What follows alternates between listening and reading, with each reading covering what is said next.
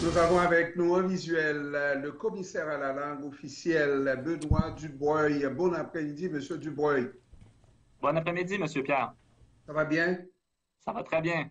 Bon, alors on va regarder la question de la position du gouvernement du Québec. Et je pense que c'est votre position aussi, à l'effet qu'il faut plafonner les étudiants étrangers pour mieux harmoniser la francisation un peu partout et surtout dans les universités. Est-ce que c'est un véritable problème avec les universités? Alors, c'est une grande question, hein. Il y a plusieurs enjeux, je pense, avec les étudiants étrangers qui sont soulevés en ce moment. Il y a un enjeu, je pense, que tout le monde reconnaît, qui est l'arrivée de certains collèges. Donc, ça, c'est pas tout à fait nouveau, là. On l'a déjà vu par le passé et on le voit encore aujourd'hui. Il y a des collèges au Québec qui se spécialisent dans l'accueil d'étudiants étrangers, souvent en offrant des formations relativement courtes. Et le but, c'est vraiment d'offrir l'accès le plus rapide à la résidence permanente. Donc, on a vu des dérapages aussi au Canada, on a vu des dérapages par le passé, et ça, je crois que c'est un enjeu aussi en ce moment au Québec. Donc, moi, je salue la volonté du gouvernement du Québec de se donner un meilleur contrôle là-dessus. Je pense que c'est unanime en ce moment chez les différentes parties prenantes sur cette question. Il y a Oui, un autre monsieur. enjeu. Oui, je Oui. vous en prie. Non, non, mais je vous laisse aller, oui. Alors, l'autre enjeu, c'est un enjeu plus large qui concerne l'ensemble de l'enseignement supérieur et qui a rapport avec mon mandat, qui est celui de la place du français chez les étudiants étrangers. Donc, moi, le point que j'ai fait valoir dans mes rapports passés, puis j'ai fait valoir hier aussi en commission parlementaire, c'est que la place du français chez les étudiants étrangers demeure trop faible. On a la chance au Québec d'avoir deux grandes universités anglophones qui ont un grand pouvoir d'attraction. Il y a une grande demande à l'échelle internationale pour étudier en anglais et il y a beaucoup de gens qui viennent au Québec justement pour se prévaloir, pour saisir cette possibilité. Alors, c'est très bien. Moi, je suis heureux pour les universités, je suis heureux pour les étudiants qui saisissent cette possibilité, mais il reste que le français chez les étudiants étrangers, ensuite chez les diplômés et ensuite chez les personnes qui émigrent après avoir étudié au Québec reste beaucoup trop faible à mes yeux. On parle par exemple de 40-45 d'utilisation prédominante de l'anglais au travail chez les étudiants. Et quand on regarde les gens qui émigrent au Québec après y avoir étudié, c'est de toutes les catégories d'immigration, celles qui utilisent le moins le français et celles qui utilisent le plus l'anglais. Donc pour moi, il y a un correctif à apporter qui vise à renforcer les établissements francophones, qui vise à renforcer l'accueil d'étudiants étrangers francophones dans les établissements francophones. Et je pense que lorsqu'on parle de cette situation-là, c'est parce qu'on envisage que l'étudiant qui vient étudier est candidat aussi à l'immigration permanente, n'est-ce pas?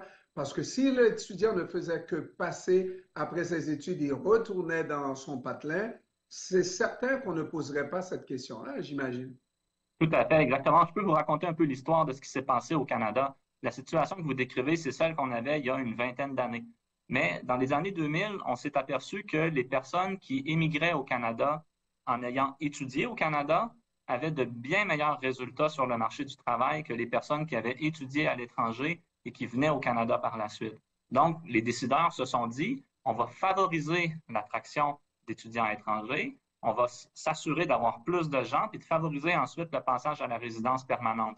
Alors, moi, je pense qu'en principe, c'était une bonne idée, sauf que je pense que les gouvernements n'ont peut-être pas donné un encadrement suffisamment fort, suffisamment ferme pour s'assurer que ça fonctionne bien pour tout le monde. Alors, qu'est-ce qu'on a fait? On a dit, ben, si vous venez étudier au Canada, vous allez avoir le droit de travailler. Donc, on donne un permis de travail, 20 heures par semaine pendant la session, possibilité de travailler à temps plein l'été. On dit, quand vous avez diplômé au Canada, ensuite, vous avez le droit de rester pendant 3 ans. Vous allez avoir un permis de travail ouvert. On va créer des programmes accélérés pour vous permettre d'aller chercher la résidence permanente. Donc, qu'est-ce qui s'est passé? Il s'est passé que les collèges et les universités au Québec et partout au Canada ont embauché des agents recruteurs qui sont allés dans les pays en développement, qui sont allés dans les pays émergents et qui ont offert un produit, qui ont dit, si vous venez au Canada, si vous étudiez, vous allez pouvoir travailler pendant vos études, vous allez pouvoir travailler après vos études, il va y avoir une facilité pour vous ensuite d'obtenir la résidence permanente. Donc, il y a plein de gens qui sont venus au Canada avec cet espoir et en faisant le calcul justement que ça arrivait sur le plan financier.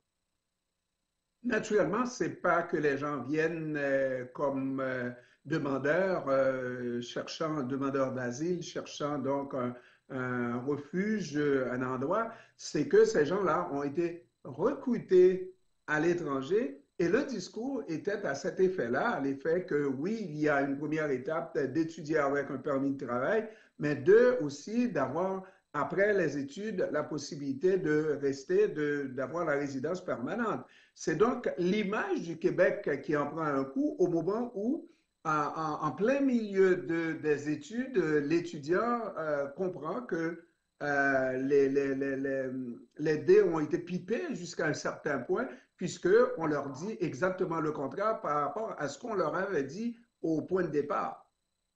Oui, exactement. C'est un enjeu qui est à l'échelle du Québec. Je vous dirais qu'à l'échelle canadienne et à l'échelle de l'Ontario, la situation elle est encore plus dramatique, en fait, que ce que l'on observe en ce moment au Québec. Mais c'est vrai, je pense que depuis le début, euh, les gens qui ont pris ces décisions-là, puis là, il y a plusieurs gouvernements qui ont participé à ça, qui ont pris chacun plusieurs décisions, ont peut-être pas vu l'ensemble des conséquences des décisions qu'ils prenaient.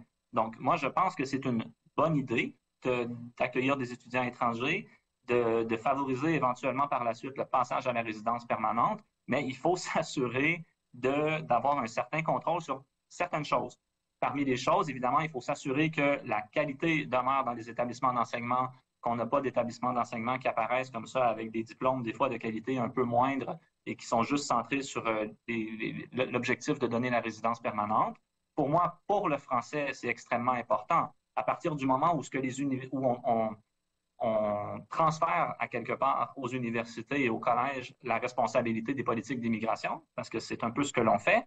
Il faut s'assurer qu'en bout de ligne, ça fonctionne pour le français et qu'on ne contribue pas à minoriser la place du français au Québec sur le marché du travail, notamment.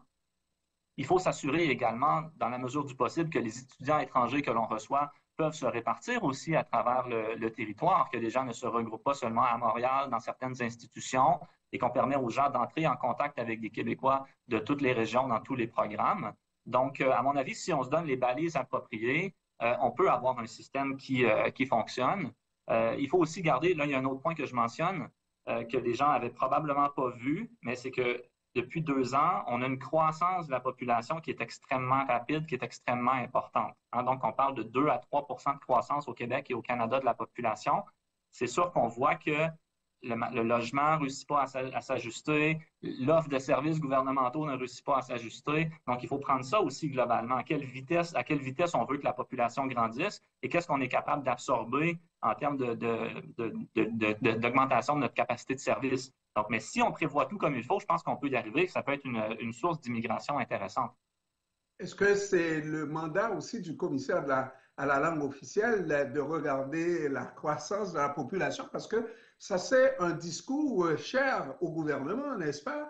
Ouais. Et à la rigueur, moi, j'appelle ça, c'est la faute aux migrants, hein. C'est la Ouais. faute aux migrants, tout est de la faute du migrant. Je ne pense pas que le commissaire à la langue officielle, en tout cas jusqu'à présent, je n'entendais pas, je n'avais pas entendu ce discours de la part du Non, commissaire pour moi à la langue il y a deux officielle. choses qui sont vraiment importantes dans ce dossier-là. C'est qu'à travers l'accueil de personnes, on ne vient pas fragiliser la position du français. Donc, on s'assure que la très, très grande majorité des gens que l'on accueille comme étudiants étrangers vont adopter le français, vont s'insérer dans des milieux où le français est utilisé. La question du français aussi en lien avec la culture. Donc, moi, je veux que les gens soient en contact avec la culture québécoise, soient exposés au contenu culturel québécois et francophone. Pour ce qui est de la croissance de la population, ça, je pense que ça intéresse un peu tout le monde. Et les premières personnes que ça intéresse, évidemment, c'est les gens qui se joignent à la société. Hein. Ce n'est pas les immigrants contre les non-immigrants. Moi, ma maison, je l'ai. Ma maison, elle est payée. Même si le prix des maisons augmente, il n'y a aucun effet sur moi. Par contre, les gens qui viennent ici et qui veulent étudier puis qui se cherchent un logement, si la population a augmenté trop vite, c'est eux qui vont payer et c'est pas moi. Donc, moi, je pense que c'est vraiment l'intérêt aussi des personnes qui arrivent dans la société qu'il faut avoir à cœur. Et voilà. Et évidemment, on fait un appel, on accueille les gens de la bonne manière. Il faut une préparation pour accueillir ces gens-là. Mais on ne peut pas être contre la vertu. Tout le monde, nous sommes des francophones, on veut continuer à parler en français et puis on sait qu'il existe un danger, effectivement. Mais il y a un autre aspect qu'il faut aussi envisager. Lorsqu'on arrive à recueillir des gens qui ont eu une formation de base, on sait qu'est-ce que ça coûte pour amener des gens à des études universitaires, hein. C'est quelquefois des gens qui viennent des pays sous-développés qui demandent à étudier au Québec et qui vont rester au Québec. On ne voit pas l'avantage, on ne regarde que les inconvénients, n'est-ce pas? Mais il y a un certain avantage que le Québec bénéficie d'une préparation de base et sans avoir à dépenser pour la formation de ces jeunes-là, n'est-ce pas, qui viennent étudier au Québec, non? Oui, absolument, absolument. Il peut y avoir un avantage, c'est clair. Je pense que la difficulté qu'on a eue traditionnellement, c'est de s'assurer d'amener les gens à transiter vers le système québécois, de s'assurer qu'il y a une continuité entre les compétences qui ont été acquises et le marché du travail. Donc, toute la question de la reconnaissance des diplômes, d'aller chercher des formations complémentaires. C'est pas facile à faire. Ça fait des années qu'on en parle. Je sais que les ordres professionnels ont beaucoup travaillé là-dessus, le gouvernement aussi. Il reste aussi que le système d'éducation dans la plupart des pays, on reçoit beaucoup d'immigration d'Afrique subsaharienne, on reçoit beaucoup d'immigration d'Afrique du Nord, d'Haïti également.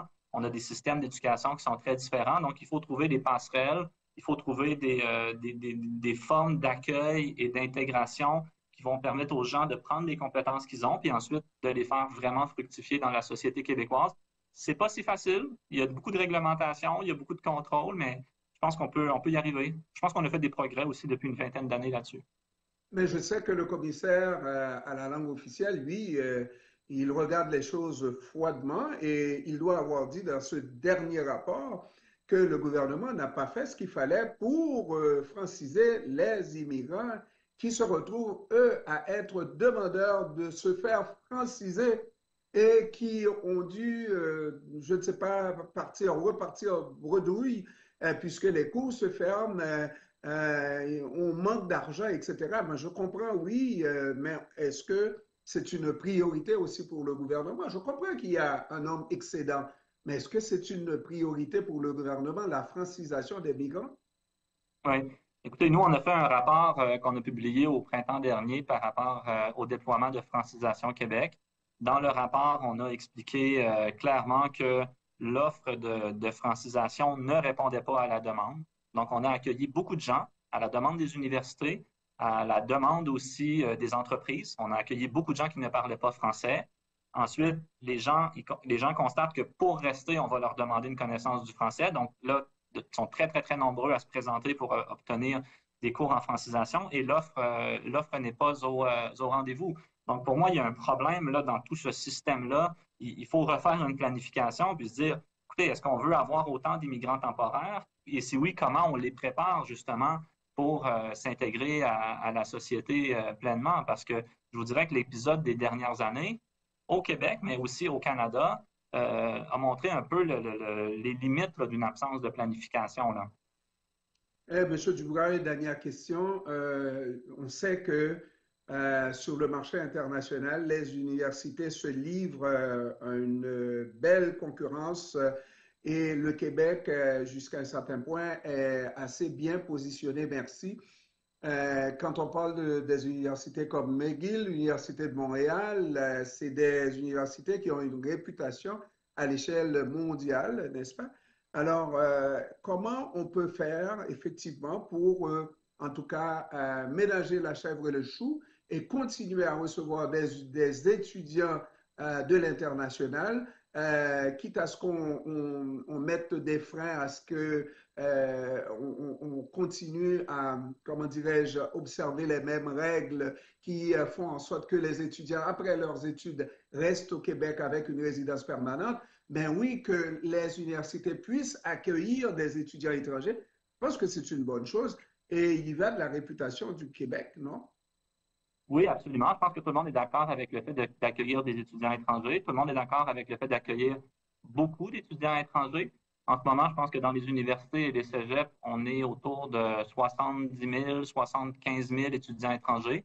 Moi, je ne crois pas en soi que ce soit un niveau qui soit trop élevé. Il y a probablement des ajustements à faire pour s'assurer que les gens connaissent le français à la suite de leur diplôme, parce qu'on a beau aller chercher des étudiants qui sont très bons, Moi, si ensuite je ne peux pas les embaucher parce qu'ils ne parlent pas français, moi, je n'y trouve pas mon compte. Donc, il faut s'assurer que la très, très grande majorité puisse parler français, faire des ajustements, s'assurer qu'on recrute principalement les gens dans des programmes qui sont des programmes qui sont solides, qui donnent de solides compétences pour fonctionner dans la société québécoise à long terme. Benoît Dubreuil, commissaire à la langue officielle, je vous remercie, Monsieur Dubreuil, d'avoir pris du temps pour nous. Et je pense que c'est important de temps en temps de venir dire à nos auditeurs qu'on n'a rien contre eux, mais qu'on veut qu'ils s'intègrent à la majorité francophone du Québec, n'est-ce pas? Pas seulement à Absolument. parler la langue. La langue, c'est une chose, mais aussi, je dirais, côtoyer la culture québécoise et de près, n'est-ce pas? C'est un Absolument. objectif, je pense. Hein? Absolument. C'est aussi un des sujets des études qu'on a publiées la semaine dernière. Il faut multiplier les lieux de rencontre entre les francophones de souche, entre les francophones qui viennent de se joindre à la société québécoise. Et c'est comme ça qu'on va apprendre à se connaître et c'est comme ça qu'on va réussir à assurer la cohésion sociale autour de cette belle langue que nous avons en commun. Absolument. Merci beaucoup, Monsieur Dubois. Merci, M. Pierre. Au revoir.